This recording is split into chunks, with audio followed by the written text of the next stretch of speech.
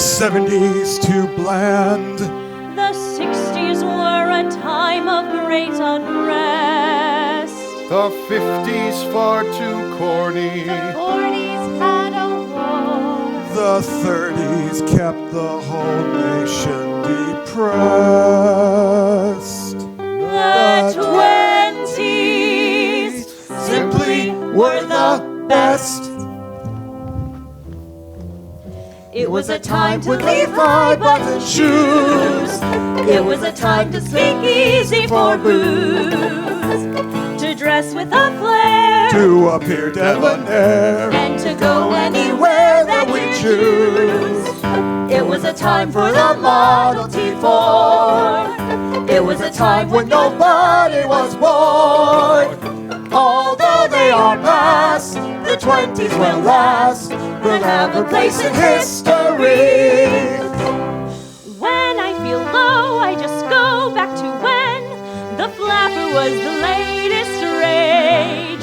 With Edison's lights, people dance through the night to music that will never age. It was a time when no one was at war. It was a time when your spirits could soar. Although they are past, the 20s will last forever in my fantasies.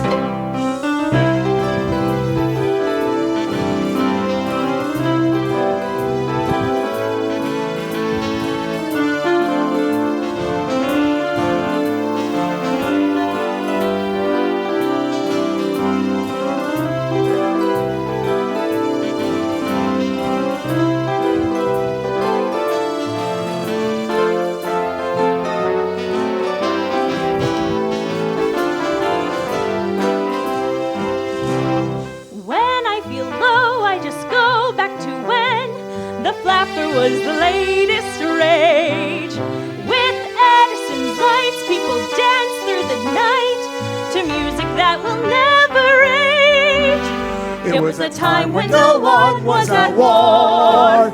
It was a time when your spirits could soar. Although they are past, the 20s will last forever in my fantasies.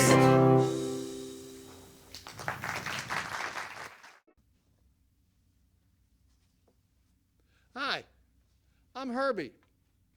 I died in 1989. I was 86.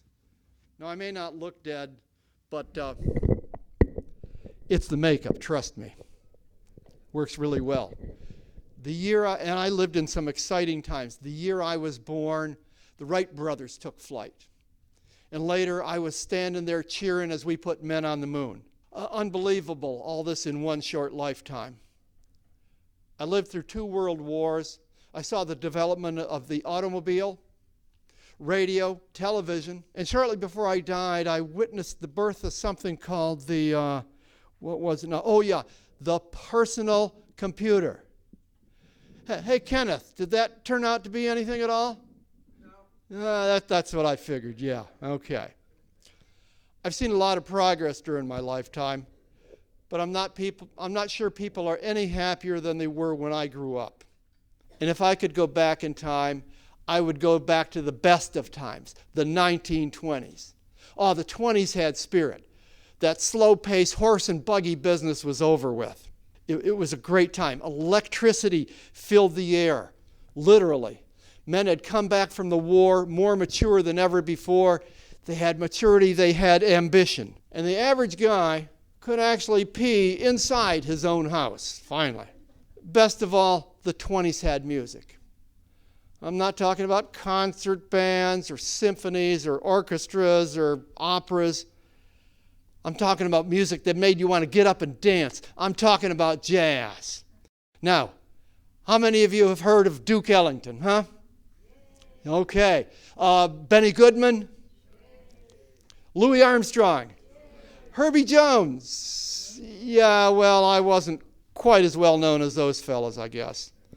Then again, I didn't grow up in New Orleans or Chicago or New York.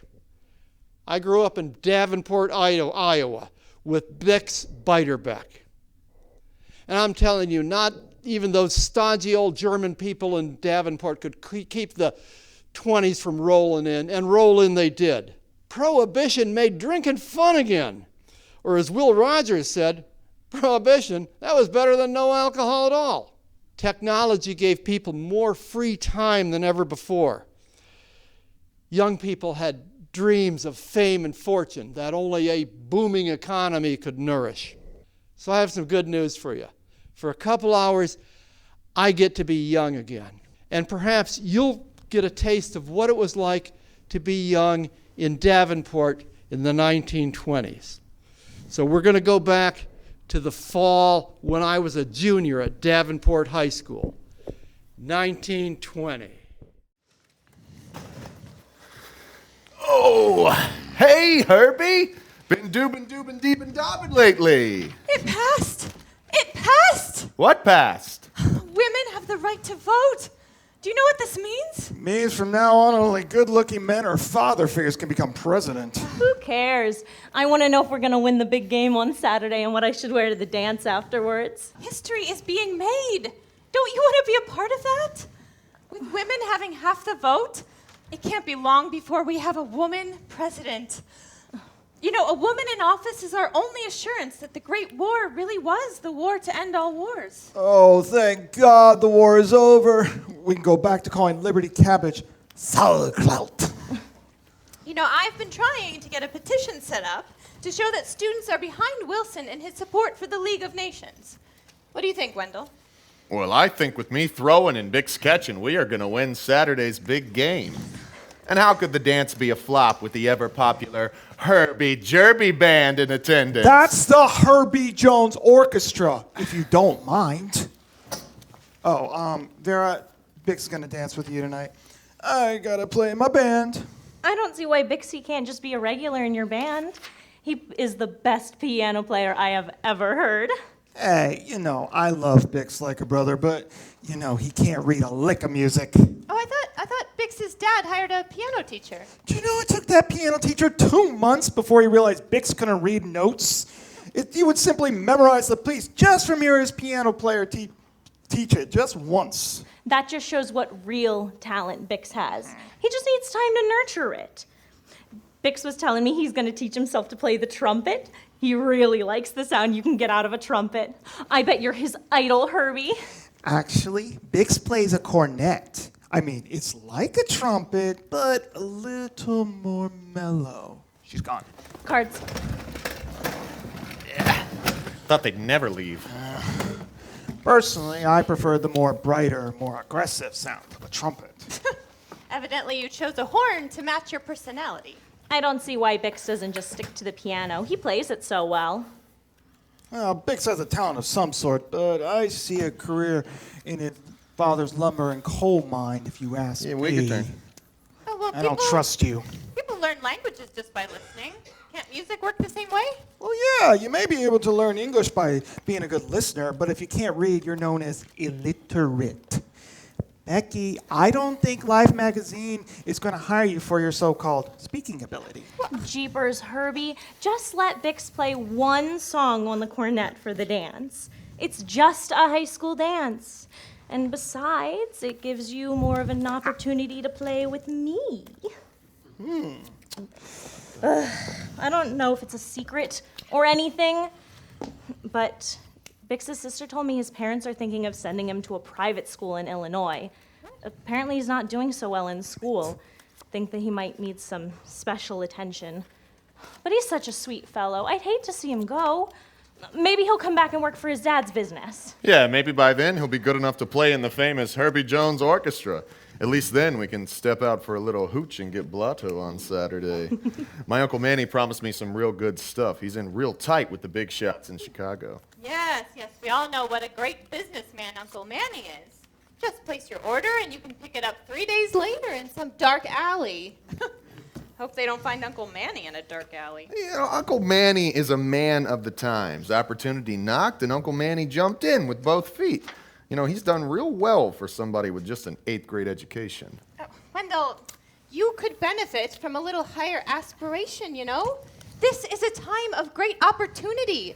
With a little hard work and ambition, even you could make history. Oh, well, if you think history's so important, Becky, why don't you come over and help me study and we can make a little history together? History, huh? All you care about is petting. Hey, Hot Lips, why don't you come over to my house and study? My parents don't trust me one bit, but they're too lazy to check up on me. Sorry, bank's closed. I got to work on my scats. Being first trumpet and having my own orchestra, it's only the beginning for me. You are such a wowzer. Actually, Wendell, you could learn a lesson from Herbie. He has ambition and he knows what he wants. Oh, I know what I want too, but you keep telling me no.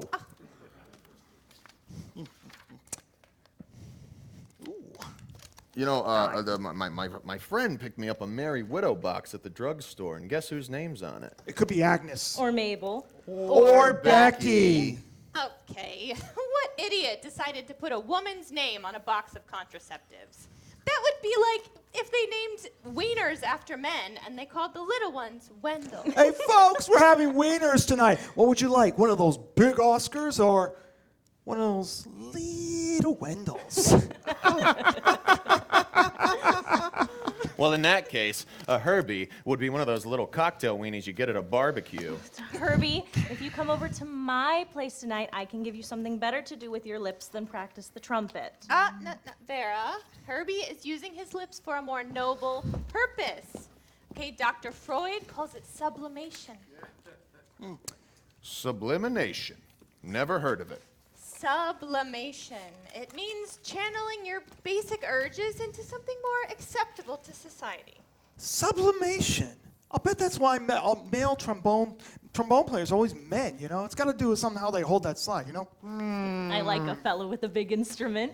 You'd like a guy with a piccolo. Actually, I don't believe in all that psychological mumbo-jumbo. Although, I'm not sure why they call that new music jazz. I mean, I just call it hot. Hot jazz. Now that sounds wicked. Yeah. My parents think jazz is awful. They think it will cause young people to sin. The way you people talk about music, I might have made a mistake in passing up band for sports. Well, I expect Harvard will want Wendell now that they've won the Rose Bowl. And don't worry. Becky acts all noble, but deep down, her attraction to you is no different than any other woman. I know, right? Hey, don't make fun of Rebecca. She's a deep thinker. She looks below the surface of things. You should try it sometime, Vera. Deep thinker? I'd rather be popular and have fun. Well, I must be a deep thinker, too. When I look at girls, I often wonder, what's below the surface? Yeah, Wendell's confused. He thinks that deep thinking is thinking with something lower than his brain. Golly, is sex the only thing you people talk about? Yes.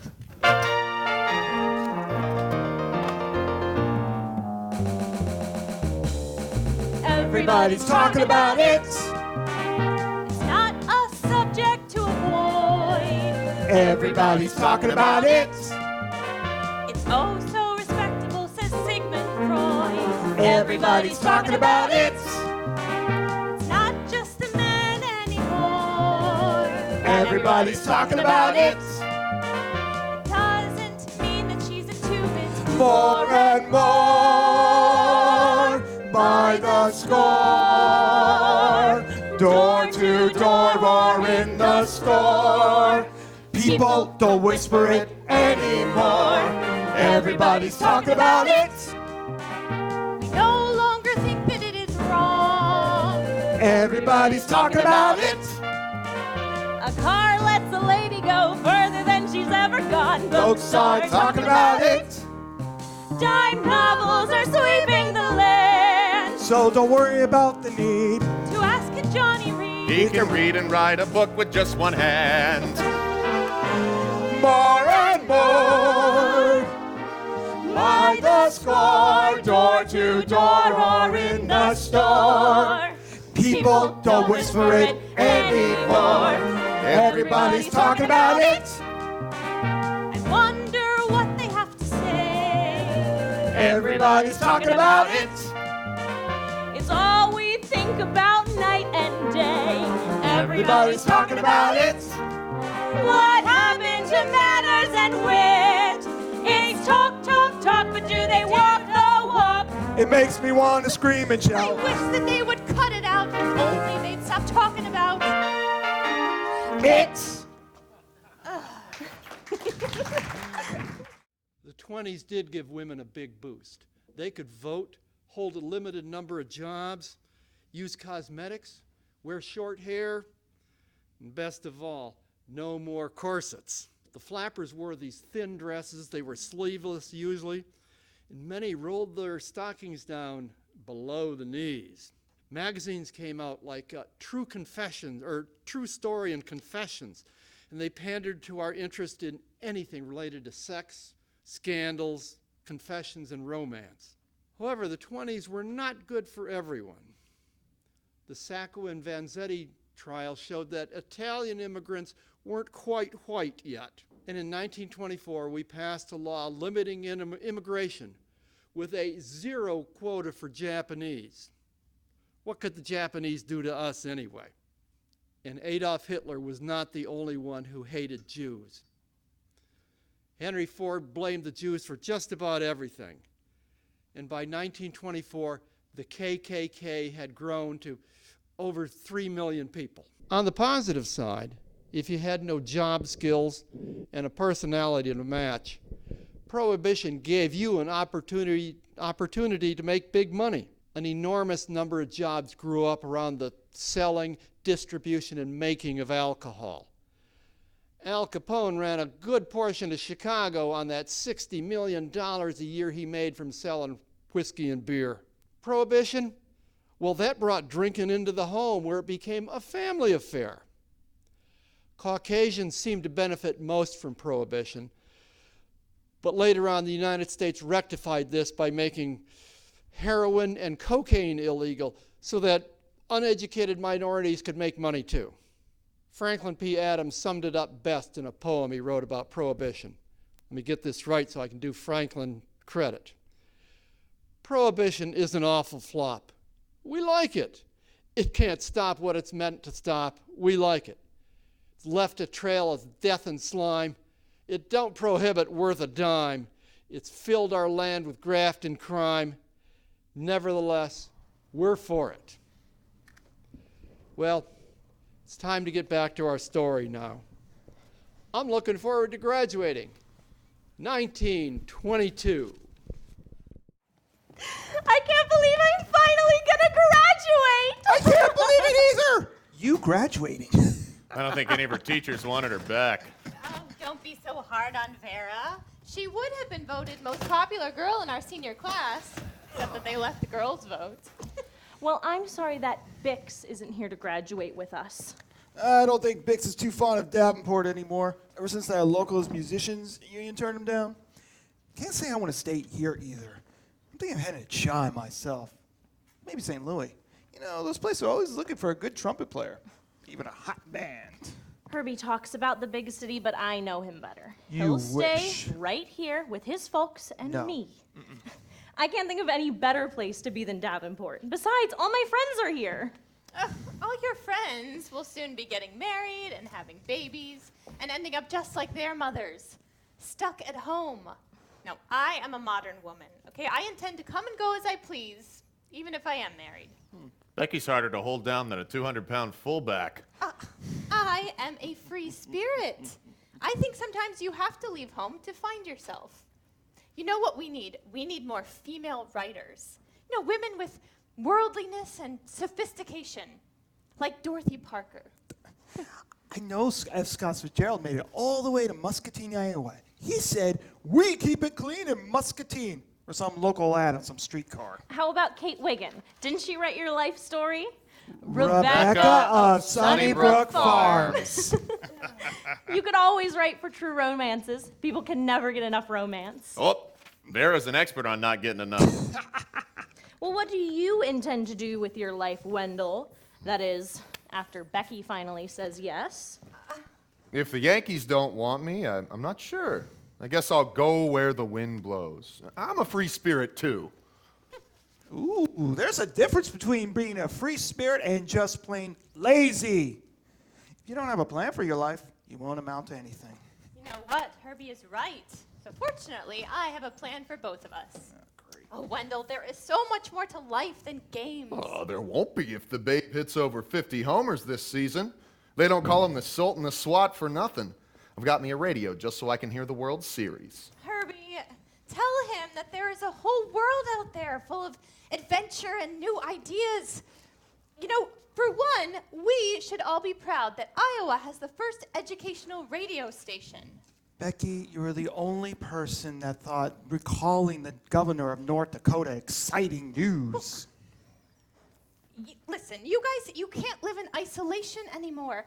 This is the 20th century. Everyone is connected. Don't you want to be a part of that? I remember when Becky tried to get the student body to support the League of Nations. All she got was a bunch of blank looks.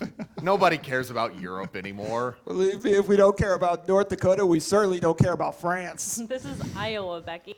All people care about here is corn. I need a smoke. Ugh, my parents would kill me if they caught me smoking. I don't see how Becky gets away with it. Well, Becky's a regular flapper. She knows how to dress and act. Well, I am no ragamuffin. I heard the graduates are throwing this all-nighter. We should all go to this rub. You can bet there will be plenty of giggle water. Yeah, I'd love to go, but my parents are having all their relatives over. I'm their first child to graduate. They're really putting on the Ritz. I couldn't disappoint them. Besides, they'll be bringing money. Well, thank the relatives for the mazama and scram. Come on, Herbie, I'm counting on you. You know how I love to dance.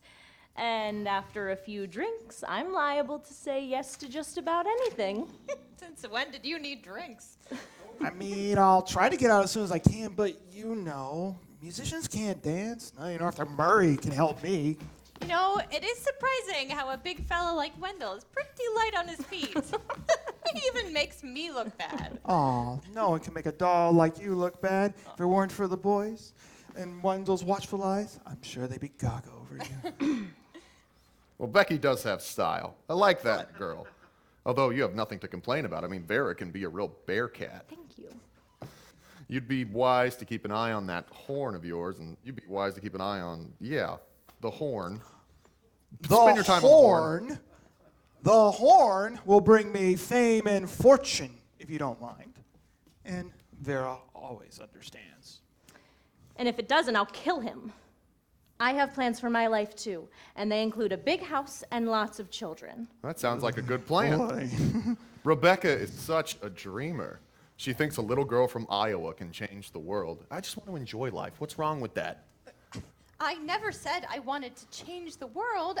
I just think there's more to life than games and trips to the A&P. You know, my mother always said that she hoped one of her children would do more than she ever did. Sometimes I think that when she criticizes me, she actually secretly admires my outspokenness. Well, that's interesting, you know, because when my parents tell me to shut up, I think they really mean it. Huh. I guess they're just trying to do what's best for me. Oh, Herbie, someday you will realize that your parents care more about what the neighbors think than what you think. It's all for show. This town is full of hypocrites. Nothing wrong with looking good. My parents loved Becky until she opened her mouth. And my parents loved Herbie until they found out he wanted to be a musician. What kind of job is that, they said. Find a man whose father owns a company. Well, even my parents keep hinting how music makes a good hobby. As if I couldn't make a living with it. Oh, and I never use the word jazz, by the way. As long as I drop names like Beethoven and Bach, that seems to pacify them. My parents think they're modern because they like ragtime. Well, at least we can all agree on one thing. We like our music hot.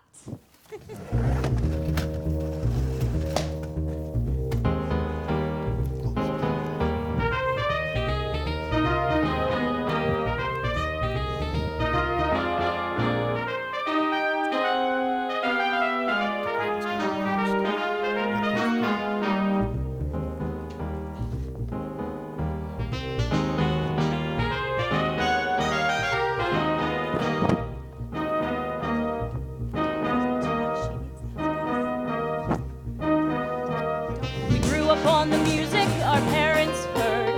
We think their kind of music is quite absurd. We don't have a taste for Brahms or Bach. How do we like it? We like it hot. Our music has such a heavy beat.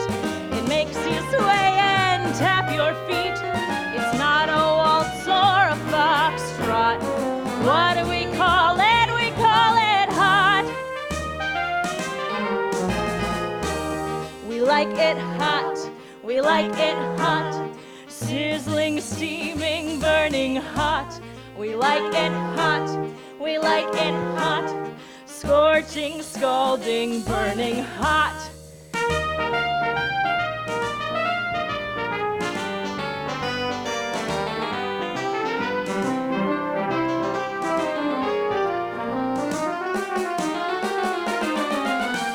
I know this little place at the edge of town.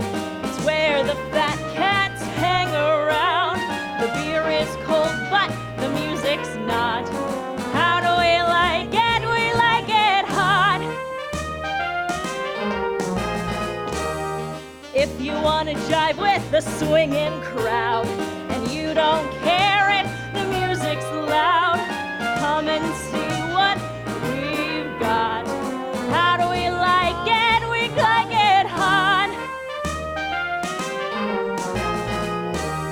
We like it hot. We like it hot. Sizzling, steaming, burning hot. We like it hot. We like it hot. Scorching, scalding, burning hot.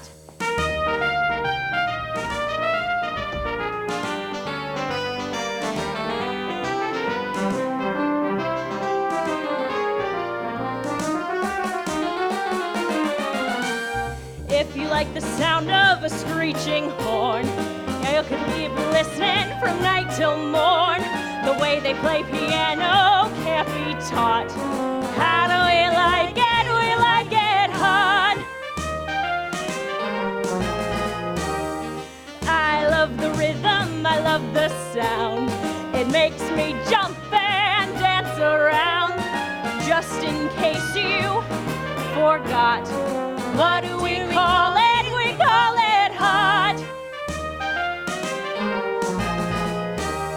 We like it hot. We like it hot. Sizzling, steaming, burning hot. We like it hot. We like it hot. We like it hot.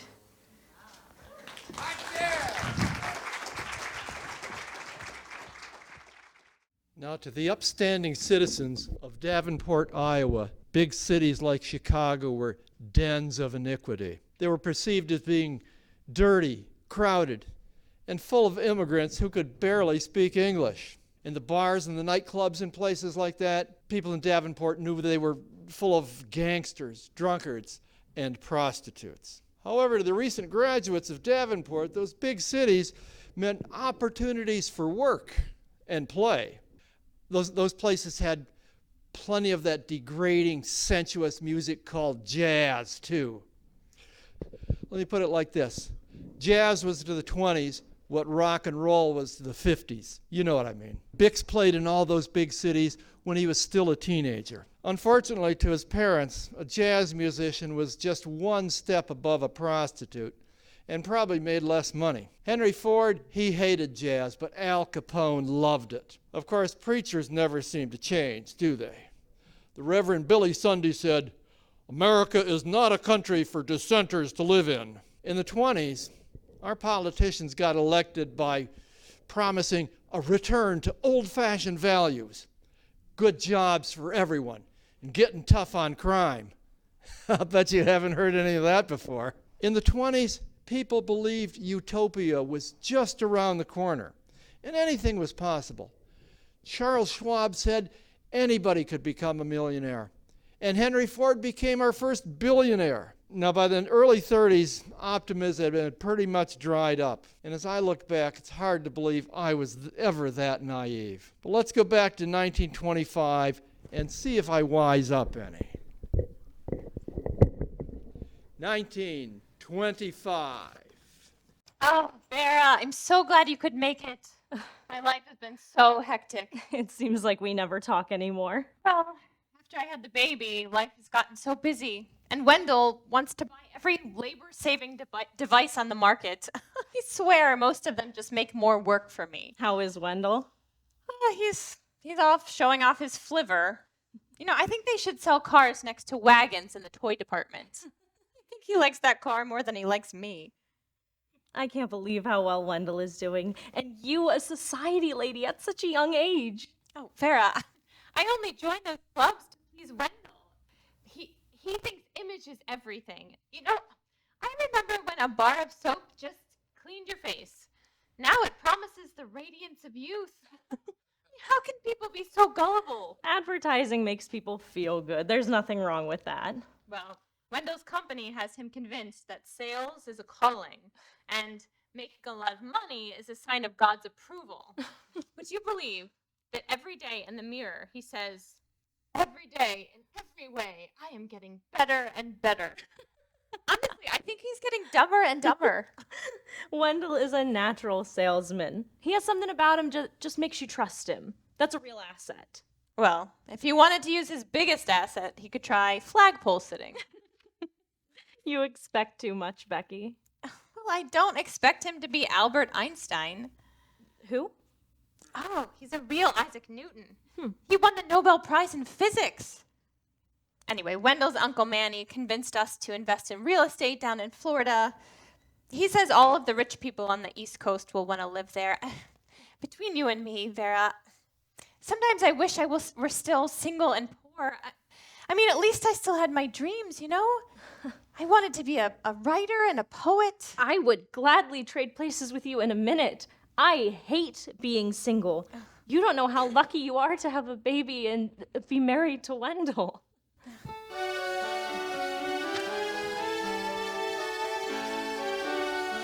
If only I had a wedding ring, I'd be such a perfect wife. With husband and children, then I would have a perfect life. If only I were single, I'd have a perfect life. No messy screaming children, no arguments or strife. If only I chose a different way, my life would be so much better. I'd be happy every day. If only I had a wedding ring, the ladies would be my friends. We'd sit and gossip while drinking tea, discussing the latest trends. If only I were single, I'd have a stay up late at night. I'd dance and sing to everything without a care in sight. If only I chose a different way, my life would be so much better. I'd be happy every day. If only I had a wedding ring, I'd be such a perfect wife. With husband and children, then I would have a perfect no arguments or strife. If only I chose a different way, my life would be so much better. I'd be happy every day. If only.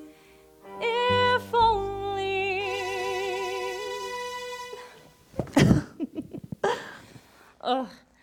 Single or married, though, it is no fun being poor. I gave Wendell what extra little bit of money I had to invest in Florida. I'm barely scraping to get by, but at least now I have hope. And that's what I have to live on. Hope.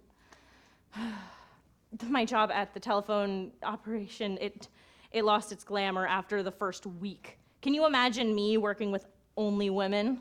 Well, you know Uncle Manny got that job for Wendell. I mean, knowing Uncle Manny, I wasn't sure it was on the up and up. Tell me the name of the company again. Frigidaire. It's an electric refrigerator company. Truth be told, when Wendell first got hired, he thought he was going to be delivering ice. The company was growing so fast, he got promoted twice just for showing up to work. But anyway, tell me about you, Vera. Are we going to be hearing wedding bells soon? Oh, Becky, the man of my dreams is coming back to Davenport in a couple days, and I can hardly wait. Oh, don't you know? Herbie is in town now. In fact, he's coming over in just a few minutes. I'm not talking about Herbie. I'm talking about Bix. Bix? My God, how long has this been going on? Hearing him play is like hearing an angel sing. I fell in love with him all over again at his sister's wedding last November. He just needs one good record, and then we'll settle down for the good life. When are you going to tell Herbie? I mean, he will be here any minute. I don't owe Herbie an explanation. He has never made any commitment to me. And all he cares about is his stupid career. And while he's talking about having a career, Bix is actually having one. And according to his sister, I'm not the only one who thinks he's a sensation. She told me that Bix has been making extra money betting that he can name all 10 notes in a chord on the piano. I don't know much about music, but I assume that's hard. Please don't tell anyone about Bix and me yet. I don't want to jinx our relationship, and Bix isn't ready to settle down. Besides, it's nice to know that good old reliable Herbie is there if I need him. That is awful, though, using Herbie like that. Well, Although he probably deserves it. Look, I've got a secret of my own. I'll keep yours if you keep mine. I love secrets. Tell me, tell me. Well, even with my responsibility as a wife and mother, I still find a little time to write. And there's a good chance that I will be published in the Atlantic Monthly later. That's wonderful. But why is it a secret? Won't everybody know? Wendell is so old-fashioned. He thinks that only men should make money. Besides, how many people in Davenport read the Atlantic Monthly? It's not like it's Reader's Digest. And the only thing that Wendell reads is Mutt and Jeff. Wendell works hard. I would gladly quit my job for a man with money. And it wouldn't have to be much. Much of a man or much money? Oh, Vera, how nice of you to make it. How about a ride in my Tin Lizzie? Wendell, Vera's seen a car before. Why don't you have a seat and join us for some polite conversation? Oh, I'll sit down, but I can't promise on being polite. No point in starting now. Wendell, you're the same as ever. No, I hope that's a compliment. I hear you are as wicked as ever. Now that's definitely a compliment. Oh, polite conversation's over. I think somebody's at the door. You want polite conversation? Guess who's here? It's our college man from the University of Iowa. Hey, Herbie, how you been doobin' lately? How are things going, college man? And don't give me any lip. I can't wait to graduate. You know, I'm only getting a teaching degree to pacify my parents. My dad knows absolutely nothing about money. He talks about security, right? So I say, you want security? Let me invest in the stock market. 10 years, I'll be a millionaire. You know, Wendell could be making money in the market, but he prefers to spend it. His latest foolishness was attending a QA institute. That's the company that taught him to babble every day about how, in every way, he is getting better and better. I heard a man can get rich doing that. QA was the only person to ever get rich by that phrase. Wendell can be so gullible. Would you believe that he actually thought that Sister Aimee could heal people over the radio if they would touch it? That's right. Can you imagine Wendell sitting on the radio to cure his hemorrhoids? Wow. Anyway, tell us about college, Herbie. Oh, there's not much to tell. A lot of dusty old books. Rebecca bought me the crossword puzzle by Simon and Schuster. I don't see what the excitement is about. Those puzzles are full of words no one ever uses. But do you believe that's the only fad that Wendell doesn't love? I think teaching is a wonderful profession, Herbie. You know, I wish I had a college education. I always thought journalism would be exciting. You have a baby and a husband. What could be more exciting than that? Except maybe being Miss America. Miss America? Well, that contest will never last. I don't see any men interested in parading around in front of a bunch of women to be judged. I wouldn't mind being Miss America. Vera likes parading in front of men. What do you think, Herbie? I love a parade. And I like contests as well. You know, our band up at the U is in a band competition, and I've got an important solo. You know, I think competition is a man's thing. I've competed in sports practically my whole life. At least with baseball and football, though, there are clear winners. I mean, who can say whether Mozart or Beethoven is a better composer, you know? Or whether Rembrandt or Van Gogh a better painter? Well, I strive to be the best at whatever I do. If it's an architect, it would be the same thing. Well, I like to write, but it never even crossed my mind to try to write better than someone else, whatever that means. I think writing is a personal expression of oneself. You know, a reflection of my inner soul. I would think that music is the same thing. That sounds like something Bix would say. Becky loves her books, although I don't know when she gets the time for them. We even get Time magazine. Wendell loves my books too. He loves to display them. In fact, he put them all out the other night when his boss came over. I learned a lot from reading Dorothy Dick's column in the newspaper. She says that a woman helps her husband by joining clubs and being interesting. It's about how you can further your husband's career. Most women's clubs, Vera, are nothing but gossip. I need women friends who are interested in politics and world events, not beauty contests and baking pies. But there's nothing new in politics. The president who did nothing died. The president who said nothing is in office. Miss Coolidge has a pet raccoon. What was the name of that raccoon? Rebecca! You people are so juvenile. Don't you care about anything important? What about the oil scandals? You know, I hear Uncle Warren is selling out America to the highest bidder. Who cares about oil? I heard that Harding had a mistress the entire time that he was in office. Some people even believe his wife poisoned him to death. But I'm sure Wendell is much too busy putting bread on the table to care about the rest of the world. Yeah.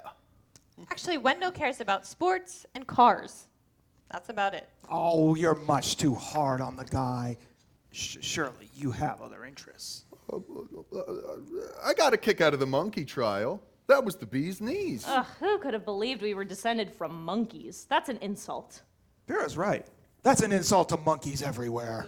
Nah, I've met Wendell's relatives. Monkeys are a step up for sure. Oh, whiskers. If it weren't for Uncle Manny, you'd be answering the phone with Vera over there instead of reading books all day. Herbie, you're a college man. What do you think? Don't even mention college to me. I follow Tin Pan Alley instead of sports. I'm just hoping Paul Whiteman comes through Davenport. You know that new piece he's got called Rhapsody in Blues? They say it's a real showstopper. The only good thing about college is band. You know, there's some pretty good musicians up in Iowa University. It's a shame. Bix only lasted a month up there. Bix doesn't need any dumb university. He's already great. He played his cornet at the University of Indiana last year, and all of the music students adored him. He even met some student named Hoagie who writes songs. I think the Wolverines recorded one of them. Hoagie? What kind of name is that? Sounds like a sandwich. Starving. Victor Herbert. There's a fellow who could write music. You know, I'm taking a few classes of composition myself. I intend to write some songs. Hey, I like music too. I've got the latest radio from J.C. Penney's. Maybe we can find some music on it later. Does this mean you won't insist on us playing Mahjong? Oh, Mahjong is out, thank God. No, Wendell is now hooked on this radio. Although I must warn you, Herbie, Wendell's favorite song is Yes, We Have No Bananas. Don't forget Barney Google. Yeah. I've got it. Why don't we write a song about cars?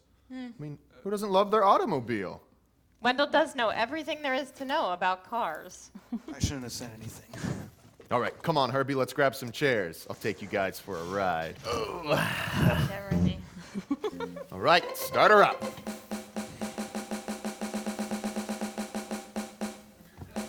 Dang electric start. Listen to that purr. Shifts real easy.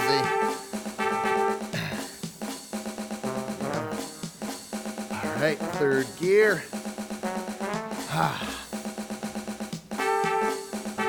Come on, folks, let's take a ride. I'll show you the town and the countryside. Top is down, you can look at the stars. And while I'm rapping, I'll talk about cars.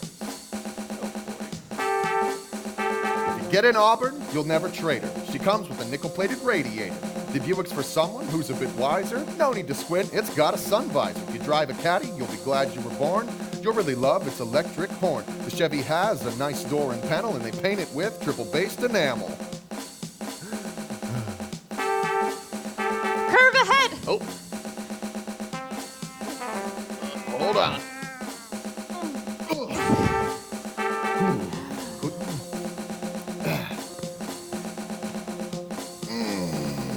Buy a Cole, it'll go the distance. The engine has aluminum pistons. Or try a Dodge for a really big jolt. The electric system, full 12 volt. If you have a cash, you'll be very choosy. I'm sure you'll be happy driving a doozy.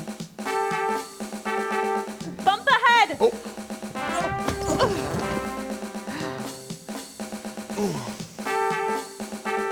How fast does this car go? I don't know. Let's go. I shouldn't have said anything. Ugh.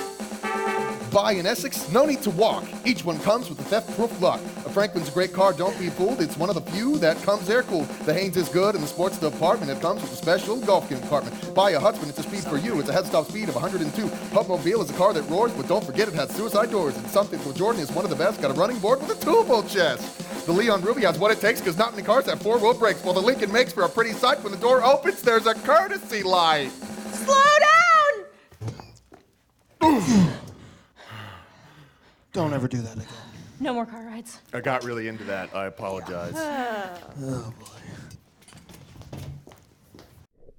Except for the end of the term for President Wilson, the 20s were not known for political leadership. If a successful leader needed to be intelligent, have integrity, vision, and a dynamic personality, well, we can be sure that Warren G. Harding had none of the above. The scandals of bribery and graft that plagued his administration led to the resignation of the Attorney General, 2 suicides, and 2 imprisonments, including the Secretary of the Interior.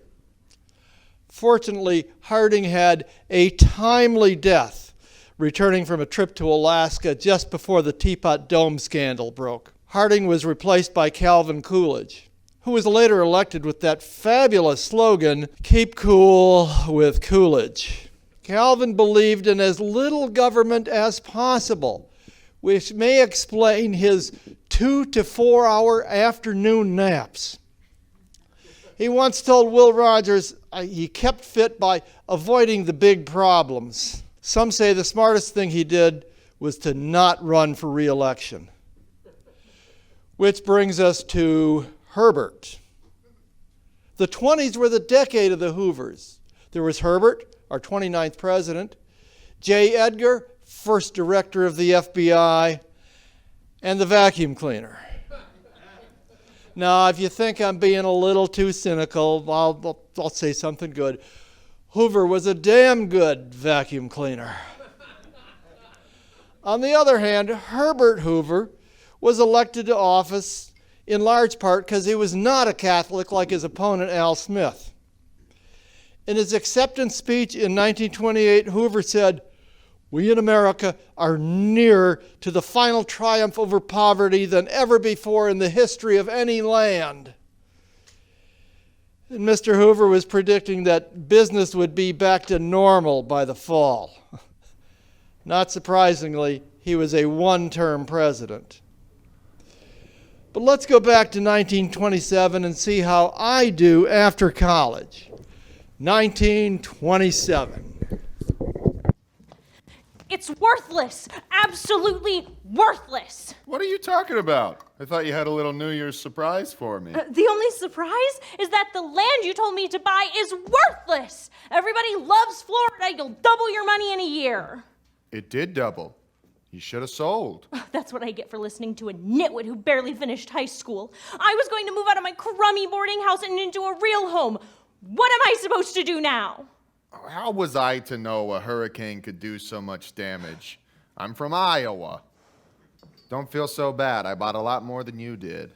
Yeah, but that is play money to you. You have a good job and a house and a car. I have to put up with a bunch of yakety women at the workhouse and a prudish boarding house owner. I can't live on a man's promises. They're only good for one night. Don't talk to me about promises. Becky was more fun when she was single and said no. A married woman who says no isn't fun at all. Well, I'd like to be more of a yes woman myself, but stuffy old Mrs. Grammer watches me like a hawk. You think she'd have something better to do than stick her nose in everybody else's business? I've got an idea. I've got some stock in Montgomery Ward given to me by my Uncle Manny. If I sell it, I could buy back your property at a good price and invest the money in a little house for you. What would Becky say? She has no interest in my business dealings, and that's what this would be, a business deal. Although it would be best if you told everyone that you came into an inheritance. People will want to know how you can afford a house, even a small one. And what would you get out of this business deal, my noble young man? Well, if I were going to invest in some local property, I would have to come by and check on it. In the evening, of course. You buy me a house, and I pay you back with interest. And I think I know what you're interested in. Don't forget, I'm taking quite a loss here. I'm stuck with acres and acres of worthless property. I mean, I doubt West Palm Beach will turn into anything. We better get back to that party, kiddo, before people talk. This is gonna be some New Year's Eve.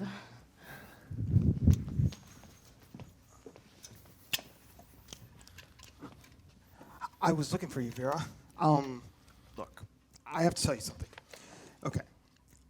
I've put it off, I put it off. I can't put it off any longer. So what's so important? Well, I haven't been exactly fair to you. I mean, I avoided talking about getting married. I mean, I told you I had my musical career, I had to save some money, still finish It's okay, school. Herbie.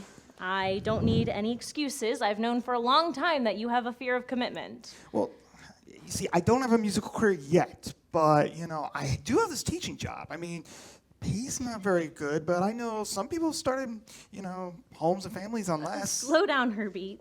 There's no need to rush into anything. We're still young, and your music career.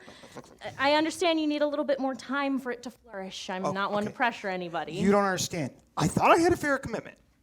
I don't. Yes, you do. No, I don't. Yes, you do. No, I don't. Yes, you. Oh, just out with it already. I want to get married. She's an English teacher. We want to get married. You what? Okay, look, I promise. If you never speak to me again, I know. I'm sorry. I committed probably one of the biggest sins a man can make. Herbie, you scoundrel! 5 years. I waited 5 years patiently for you. How could you do this to me? It wasn't intentional. Believe me. I mean, just some things just, happen. Unplanned things that just sometimes feel, Do you think I more right would than have anything. settled for being a telephone operator if I knew this would happen? I could have had a career too, I could have been a beauty contestant. I mean, come on, Vera. I'm sorry. I didn't mean to. I'll do anything to make this up to you. Just don't hate me, please. If I'm going to be available again, I'll need some better clothes. I could be a pretty good flapper myself, don't you think? Men of good standing really go for a flapper, especially a lily like me. Okay. Look. I have some money saved. I was going to put a down payment on a house, but, you take it. Just don't hate me, please. Oh, all right. I forgive you, Herbie. It's the Christian thing to do. I've never been a vindictive person, and I don't plan on starting now, and I could use the extra money. Thanks, Vera. You've always been so, loving and patient. I feel like such a heel for laying you down. Oh, for once in your life, couldn't you have just kept your mouth shut? Especially in front of my boss and his wife? They are very conservative people. They believe a woman's place is in the home. Is that why they pay women less? I was just trying to enlighten them. Oh, they don't need enlightenment. They're rich. Yeah, rich and dumb, I would say. I'd rather be rich and dumb than smart and poor any day. Well, you know what? After your new promotion, you will be both. Let's not make a scene in front of Herbie and Vera. Hey, Wendell, been dooba-dabba-dee-ba-dabbing lately? Yeah, Peachy. You know what? Forget it. This is the New Year's Eve to end all New Year's, and I have an announcement to make that will make it even better. You are looking at the new vice president in charge of sales. Wow, congratulations! You know, for a guy with a high school diploma, you've done all right. Wendell's done more than all right. He has college men working for him now. Yes, Wendell thinks this is bigger news than Lindbergh's flight. All he needs now is a ticker tape parade.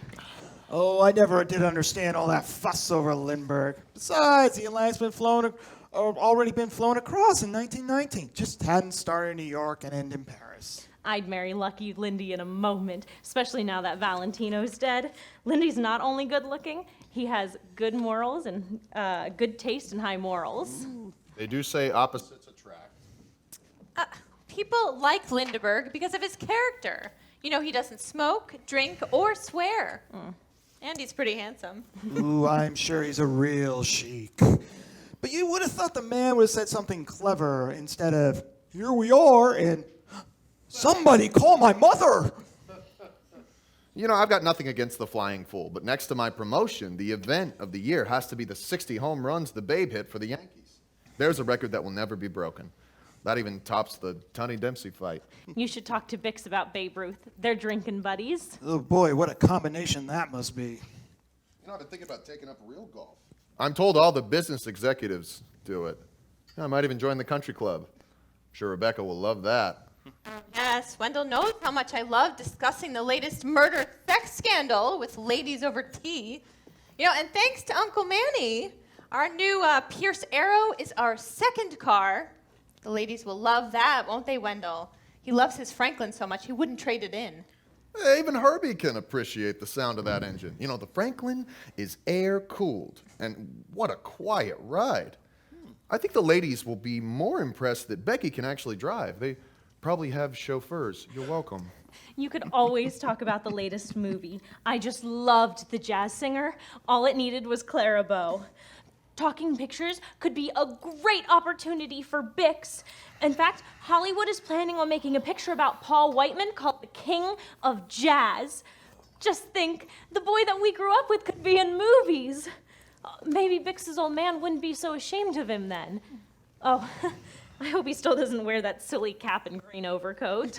Becky gave me a record for Christmas that featured one of Paul Whiteman's rhythm boys. It's a little song called White Christmas. Actually, I wanted to give him Emily Post's Book of Etiquette, but didn't think it would do any good. You know, the White Man Band's not only respectable, they pay well. I was told, you know, White Man's lead trumpet makes over $250 a week. Although, I consider a sideman like Bix must make considerably less. If Bix saves his money, he can move back to Davenport and settle down. The old gang could be back together again. Wouldn't that be great? You know, I've been thinking about getting a band together of my own again. I could use a piano player. I hear the rooftop garden in Moline's always looking for a good Saturday night band. Evidently, I'm going to need some extra income. Right, Vera? Oh, thank God I still live with my parents. Herbie's a perpetual dreamer. I offered him a job at the plant for nearly twice what he's getting as a teacher, and he turned me down cold. No pun intended on Frigidaire. Maybe you could get a job with the White Man Band. Bix could help you. Don't they use a lot of trumpet players? Bix's sister even told me some famous composer is coming to hear Bix sing. Have you heard of someone named Ravel? Ravel? I don't understand why Bix considers like the works of these crazy modern composers like Ravel, Stravinsky, over the Grand Masters. You know, he once told me Beethoven had parts missing in his music. Jeez, I've been told Bix composes by writing notes on the piano keyboard. I've got Bix's recording of Davenport Blues. Bix wrote that one himself. Said some trombone player named Dorsey gave him the idea. Now, tell me, what does a well-to-do white Davenport boy know about blues? The only time I remember Bix being blue was in college, and he was sad about having to take religion and ethics. Remember, he only lasted a month in college. Who wouldn't feel bad about taking classes in religion? I can see Bix now, as if he were back in college going over the textbooks.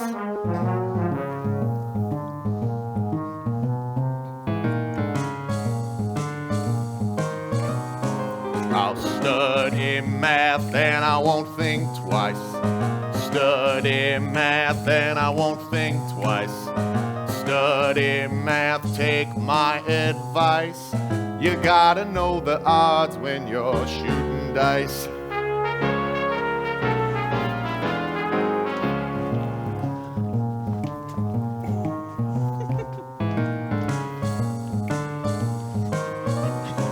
Give me chemistry, it's the latest thing. Give me chemistry, it's the latest thing. Give me chemistry, put it under my wing. And later I can talk you into anything.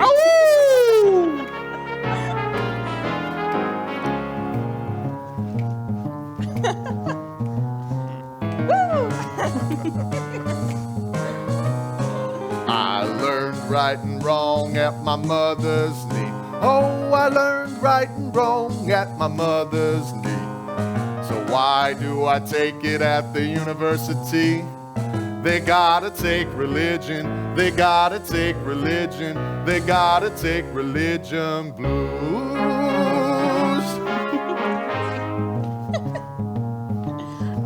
No. No.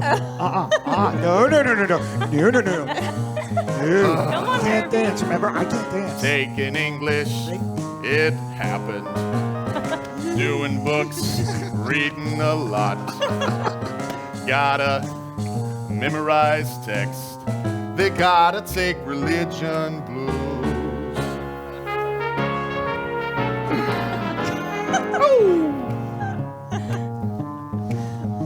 Oh, don't fight over me now. I learned biology and it was great. Oh, I learned biology and it was great.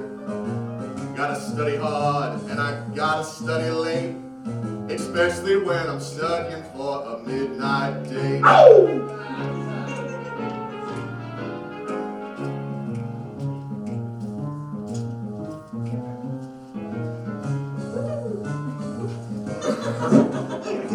pastor taught me the golden rule.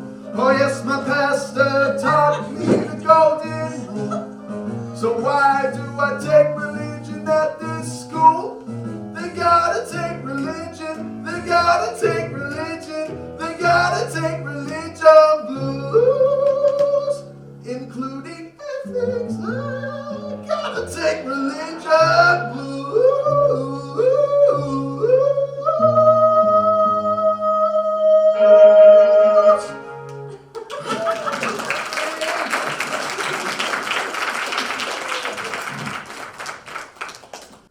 Now, if the 1920s was the best of all decades, and it was, 1927 had to be the best of all years. Well, the first commercial airline started in 1927. The Babe hit a record 60 home runs, and Gene Tunney, the boxer who quoted Shakespeare, beat Jack Dempsey. The first talkie came out, The Jazz Singer, starred Al Jolson, had absolutely no jazz in it.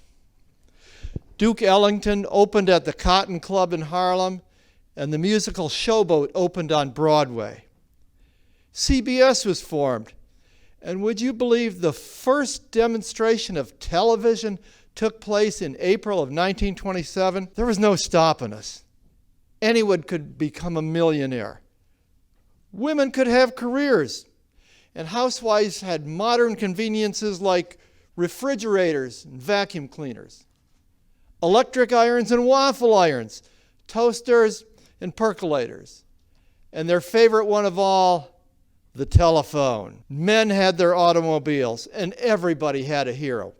Oh, sports heroes like Red Grange and the Babe, Jack Dempsey, movie stars like Mary Pickford, Douglas Fairbanks, or Charlie Chaplin. But by far the real hero of 1927, if not the whole decade, was Charles Lindbergh, the man who flew across the Atlantic Ocean solo. Anybody remember Shipwreck Kelly? His record still stands. 23 days up on a flagpole. Go figure. But I have to point out that 1927 was not all bright and cheery. We had the Great Flood, called the greatest peacetime disaster by President Hoover, and New York City had its very first traffic jam. 27 was the year of bad predictions. H.G. Wells said the radio is going to decline rapidly. And Thomas Edison said television was possible, but of little value. Well, maybe you're right. Edison wasn't that far off. Oh, we had plenty of financial experts in the 20s, and they all said one thing: buy stocks. Not everyone was enamored of the stock market, though. There was one gentleman, and he described Wall Street as full of prestidigitation, double shuffling, honeyfugling, hornswoggling, and skullduggery. And as more and more people got into the market, the price of stocks rose. Everything was going great except for one small detail. The value of the stocks had no longer had a relationship to the value of the companies they represented. And once again, Will Rogers summed it up pretty good. He said, after all, everybody just can't live on gambling. Somebody's got to do some work. So what do historians credit the fall of the stock market with? Optimism. Every story needs some irony, folks, and this is it. But I'll tell you what, let's go back to our friends in Davenport and see how well they fared in 1929. Oh, Wendell!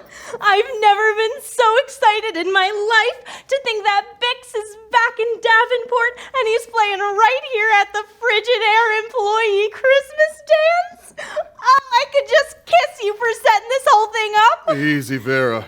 Save your kisses for when I come by for my house payment. Shame on you. I'm saving myself for Bix. And besides, I've already given you 6 payments this month.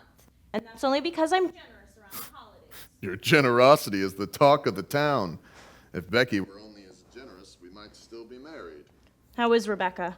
If she can maintain her idealism after everything she's been through, she's living in La La Land. Close. She's living in New York. Actually, I feel pretty bad for her. I expect one of the reasons for our divorce was so she could go out east and write for the New Yorker magazine. Since the crash, she's no longer on salary. They pay her by the line. Whoever thought being wordy would pay off.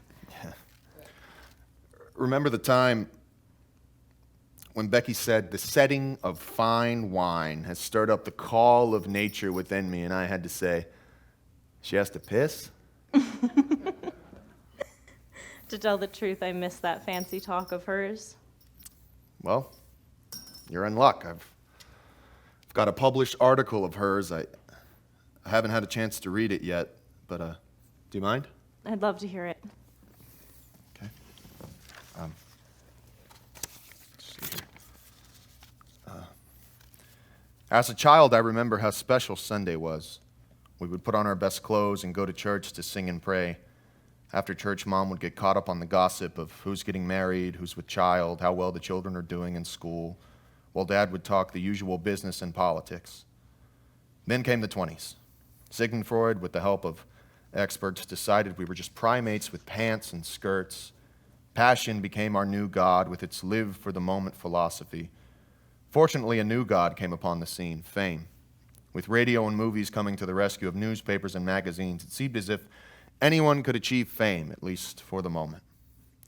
The 20s, however, had a much bigger god than either fame or passion. His name was Mammon. Thomas Edison and Henry Ford. They did more to change man's aspiration than a I don't know that one. skip it. Of philosophers and intelligence. At least now we had a God for everyone, from the boy who runs errands to the wife who sells baked goods. I was a little late in jumping on the gravy train, but was told there was still plenty of room. Well, as most of you know, the train crashed. Crashed on October 29th. If Mammon wasn't dead, he was severely injured. In this moment of despair and confusion, I wandered over to the Empire State Building to do the only poetic thing left. I closed my eyes, murmured a few meaningless phrases, and took a giant leap. They say timing is everything, for the Empire State Building just had its foundation laid. Becky never did have good timing. She moved to New York right after all the New York writers moved to Paris. Oh well. I can always return to this modern Tower of Babel when it's completed. Although I suspect I will have found new gods by then. However, I must admit, the God of my childhood is looking better to me with each passing day. That's beautiful. Though I don't remember anyone named Mammon. I don't. They must be a New Yorker. Could be. Hey, Herbie. How you been doobin' dobbin' lately? Every day. How about you? Still driving that Cord? Ah, that car's darb. Love the front wheel drive. And who let you in here? This is an exclusive company party. Oh, I had to crash when I heard Bix was playing. Nobody questioned you? What are we paying security for? Well, I mean, I got a few stares. Even one guy from the company asked what I did. I said, you know, you don't see me often. I'm inside the refrigerators. Inside the refrigerators?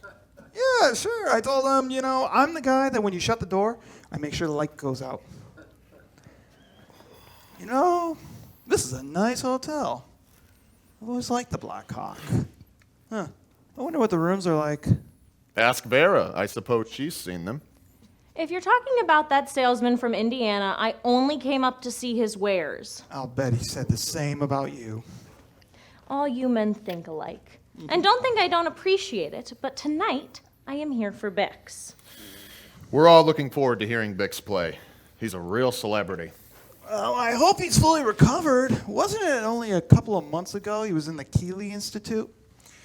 Guess he couldn't take the stress. Bix was playing the market?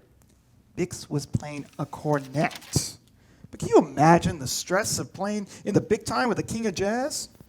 I hear Paul Whiteman's a perfectionist, and you know Bix still has trouble reading music. Bix is the best. They say geniuses are often tormented by self-doubt. What Bix needs is a woman who understands him, someone who will go to bat for him. Well, in that case, you're as batty as they come. Hold it, trumpet man. I think Vera has a good point. Rebecca and I were very different from each other, but she always stuck up for me, especially when I had a run-in with the managers at work. She always encouraged me to hold my ground. That's part of a wife's job, to support her husband, even if he is a scoundrel. And how much did you support Becky in her writing? That's different. You can't expect a man to give up a good job and move just to please his wife. Becky and I were different. I never claimed to have understood her. That's what happens when you break the rules. Everyone knows that the captain of the football team is supposed to marry the head cheerleader, not the editor of the yearbook. Yeah, but some differences are good for marriage. I mean, my wife and I, we're both teachers, and we spend way too much time complaining about the same thing. Why don't kids behave? What's with all the paperwork? And will they ever pay teachers what they're worth? Bix's breakdown might have been the best thing for him. Perhaps now he'll stay home and settle down. Everything works out for the best. Huh, that's very philosophical, especially coming from you. Huh. Rebecca must have evidently rubbed off more on you than you realized. Rebecca was good at rubbing me the wrong way. I may not know much, but I know Bix can play that cornet. Even the Davenport Democrat says so. I don't believe Bix would go give that up for any woman.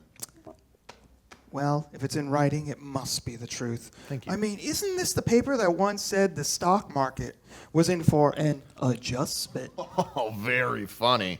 And that was some adjustment, all right. We adjusted a few hundred people right out of work. Davenport was the washing machine capital of the nation. Now that the fallen stock market has cleaned everybody out, they won't be buying washing machines. People won't be smoking those Davenport cigarettes either. I remember when Davenport banks were the biggest in Iowa. Glad I'm not a banker. Thank God we still need teachers. And telephone operators. I mean, I know you were able to keep your job, but you must have lost thousands in the stock market. It's only money. After losing a wife, it didn't seem all that important. I think of her every day. I look at our little girl, and I see her mother. Don't go blaming yourself. Becky wasn't one for compromise. That's the trouble with idealists. It's all or nothing. My Bixie is the same way. He sacrifices himself for his art. Ooh, how noble. Next thing you know, you'll be cutting off his ear. If you're going to be negative, you can turn right around and go home. Me? Negative? I love Bix. I worry about him, though. He's so fragile. The only thing fragile is your ego. How many records have you made? Calm down, folks. This is my party, and I want everyone to be happy, even party crashers like Herbie. Instead of arguing, why don't we go out and dance while I warm up my insides? Come on, Herbie. The band is about to play, and with Bix playing, there should be lots of hot music we can hoof to. You can do the shimmy in the black bottom. Sorry, why don't you and Wendell go dance? You know, when Bix plays, I intend to hear every note. Come on, Wendell. You need some holiday cheer. I ain't wearing this. See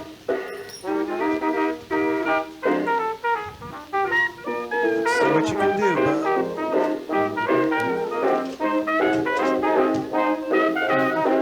You missed one.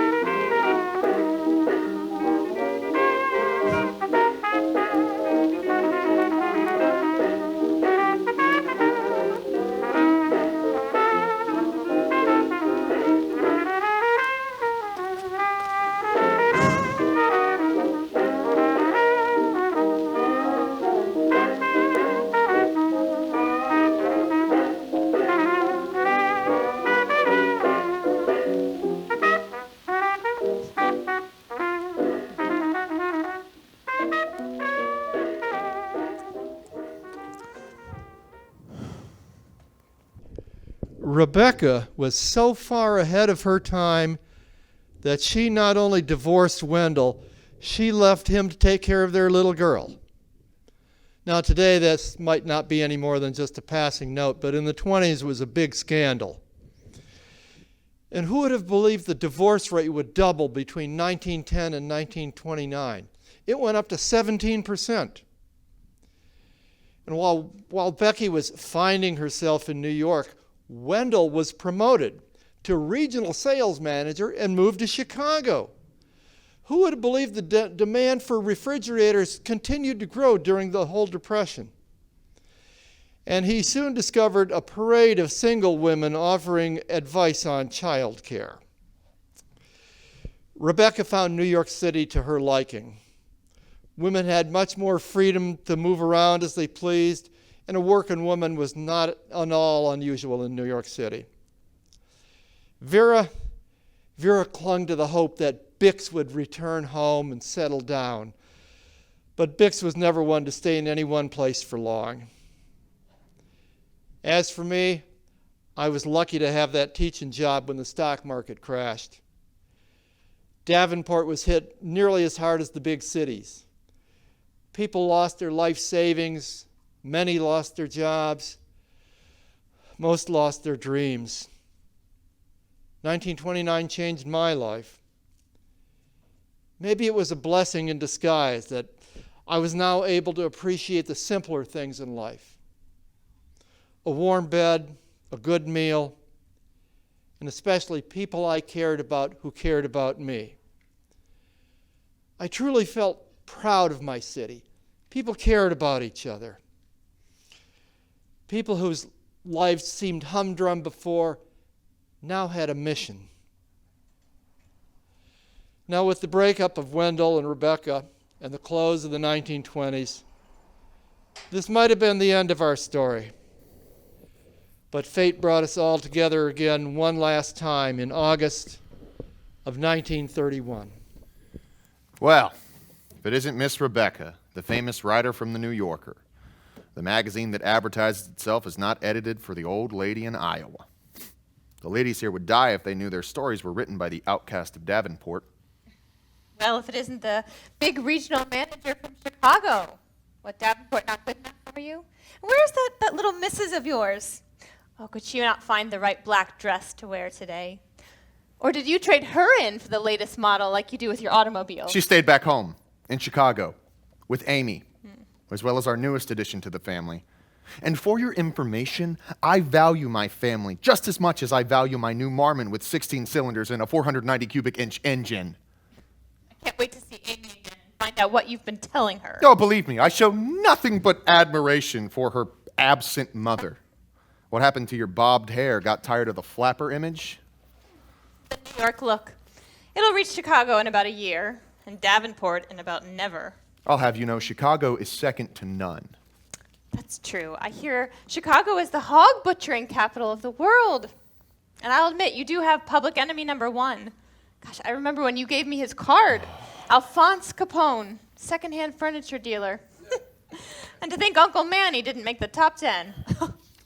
There's no point in fighting now. People will think we're still married. Sorry. So, how did he die? The Davenport Democrat says pneumonia, but everyone says it was his drinking. Would you believe his mother and brother were on the train headed to New York to see him when Bex died? How awful. I think the worst part is that he was 28 years old. I don't know much about jazz, but they say he was a real innovator. Imagine what he could have done with more time. How often did you visit him? You lived in the same city. Oh, I was pretty busy. I did go to his apartment one time. I remember he had a piano in the bathroom. The bathroom. Yeah. It's rare to hear good sounds coming out of there. Maybe Bix's parents were right. If he stayed in Davenport, he'd still be with us. I don't know, Vic. He always had to do things his way. You know, I admire him for that. 10 years of being true to yourself is better than a lifetime of pleasing other people. Wonder what's holding up Herbie and Vera. Bixie, you son of a bitch! You rat! You can't leave me now! I wasted my best years waiting for you. For what? While you were out drinking and chasing women, I waited patiently like a good girl. Well, except for those 3 salesmen and an auto mechanic. But I could have had my pick of any man in Davenport. If you were alive, I'd kill you. For years, I put up with them giving me the poor Vera look. She'll probably be a telephone operator forever. Her best friends are cats. You were supposed to come home and marry me, and we'd surprise them, and everyone would know that I was the inspiration behind your playing. We'd move out to Hollywood, and you'd be a part of a movie orchestra, and you'd get all the solos, and I'd sit with all my movie star friends and point them all out to them. Now your sister won't even acknowledge my existence. Acknowledge our relationship. Thinks I'll tarnish your reputation. Hell, your parents never cared about your career. I was the one who stood by you all these years. Me, the sweetest girl in the world. Calm down, Vera. Get a hold of yourself. I can't calm down. I am betrayed. I am a woman betrayed. Rebecca can tell you how that feels. I didn't feel betrayed, just disappointed. I knew our marriage was over long before Wendell did. He doesn't have a clue. He never does. Oh, yeah. Felt awful about breaking up. At least until I realized she didn't want the car. We all miss Bix, Farah.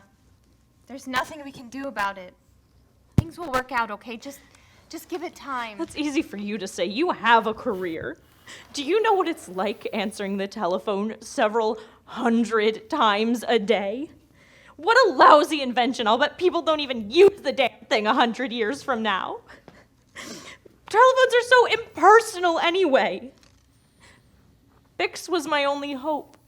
He was going to be my salvation. Bixie.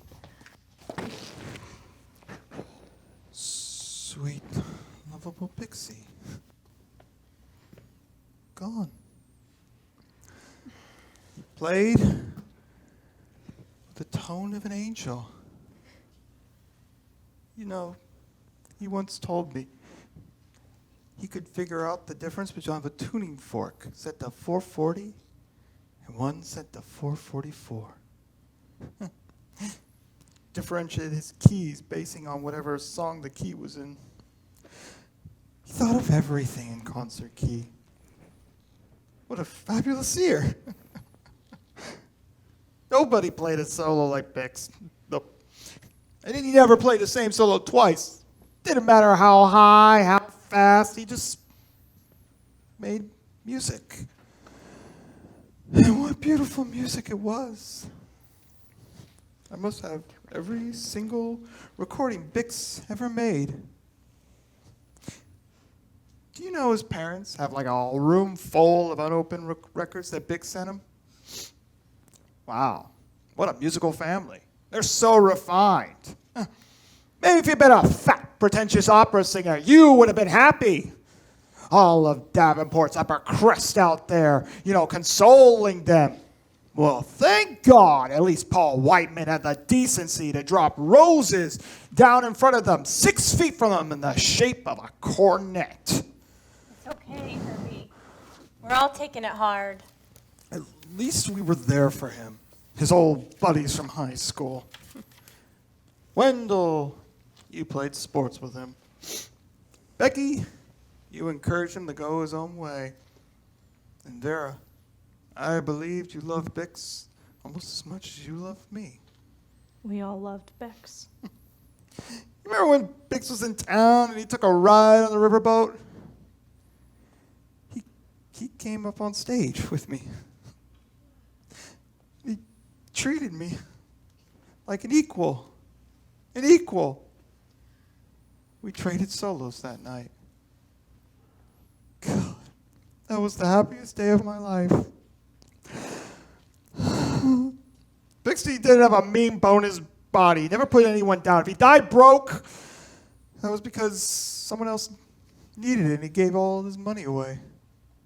I once heard he gave all the money he could in his pocket to Bessie Smith if she would just sing one more song. Bixie was the true musician. I thought Herbie didn't care too much for Bix's playing. Shut up, Wendell. Yeah. Herbie always liked Bix's playing. A lot of people were saying that the drinking killed Bix. Well, what do you think? Oh, I think we all killed him. Bixie was like a high-performance automobile. Everyone wants to stand around and look at it, but no one wants to maintain it. He needed a lot of maintenance, and no one provided it. I should have been there with him. I was his best friend. I let him down. Oh, no one let Bix down. He had his own agenda and his own standards. He lived life his way, and he left his way. Let's be thankful for the time we had with him. Would you guys just give me a minute? I just want to say my last goodbye to him. We'll be right over here, okay? Come on, Vera.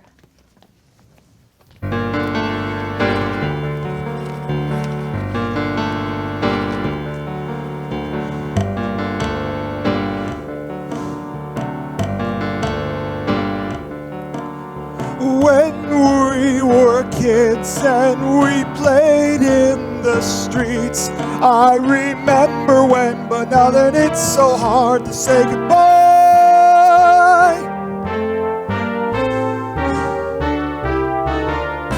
Best friends forever, we were always together.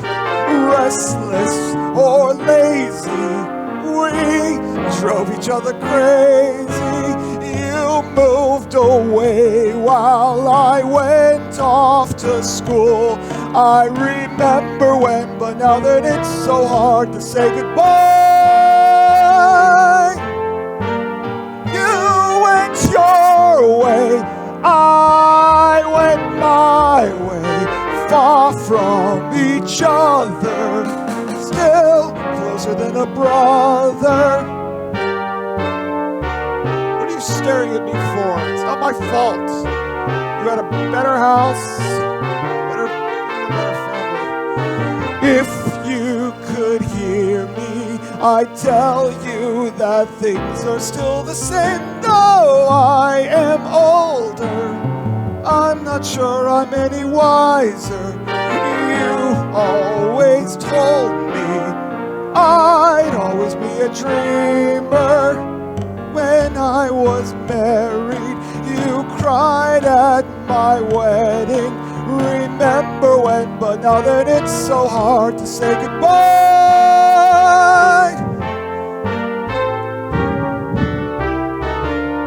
I found my true love. You were looking for a new love, still with so much new. I never could forget you. Stop it! Stop it! Don't look at me that way. Music was all I had. You took it from me.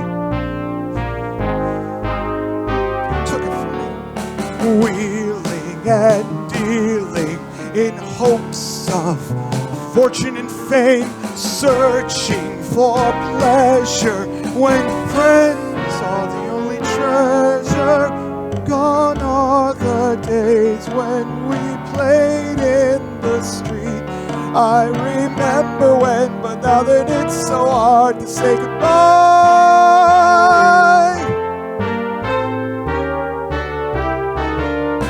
Best friends forever, we were always together. Restless or lazy, we drove each other crazy.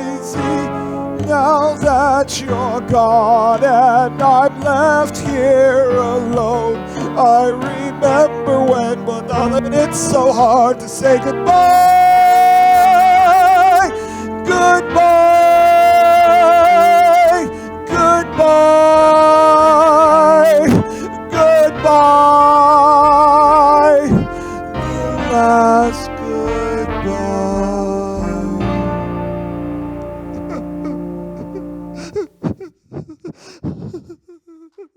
Well, you know how the story ends. Bix is dead and so am I. Don't laugh. Your story will pretty much turn out the same way. My youngest boy played trumpet, and he would ask me if I thought he should have a career in music. And I said, hell no. If there's one thing Bix taught me, it's that music is a calling. If you gotta ask, you don't belong. But music does, however, make a pretty good hobby for us amateurs. There's not much more to say about my life, I don't think. I got older. Not sure I got any wiser. Wendell ended up on his third wife. He always had the latest toys, from boats to airplanes. And that once worthless land in West Palm Beach became valuable again. Made a small fortune when he sold it into the 50s to some Kennedys. That's what it was. Rebecca, she never remarried, but she reputedly had a number of affairs, always with men of high literary standing. Vera eventually married a man well below her standards, which was hard to find. I think she deliberately chose a man that immediately gave her a reason to cheat on. Me, I'm grateful to have lived in the 20s. What an exciting time. New inventions, great accomplishments, mass communications, and plenty of partying. But maybe it wasn't the 20s that made things so wonderful. It was my 20s. Who among you wasn't an idealist with big plans and ambitions in your 20s? I still envy Bix, though I no longer envy his success. I envy his capacity to love life and live in the moment. That's one of the great things about music, to bring you into the present. Now, a good story should be self-explanatory, but I noticed a couple of gentlemen dozing off in the back. I'm sure their wives made them come. So for their benefit, I'll give you the moral of the story. Fame is not only elusive, it's fickle. It's always a step or two ahead of everybody trying to pursue it, and sometimes lands on people who have no interest in it. There's very few George Gershwins or Babe Ruths or Charles Lindberghs around. For most of you, any real memory of you will be gone when your last grandchild dies. Think about that. So you can take your chances chasing fame and fortune. Or you can love what you do what you love, cherish your friends, show a little kindness to strangers along the way, and 100 years after you're dead, only God will know your name.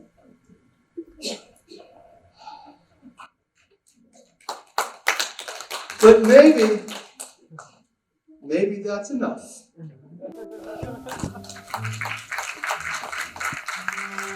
The 80s too commercial, the 70s too bland. The 60s were a time of great unrest. The 50s far too corny, the 40s had a war. The 30s had the whole nation depressed. The 20s simply were the best. It was a time to wear high-button shoes.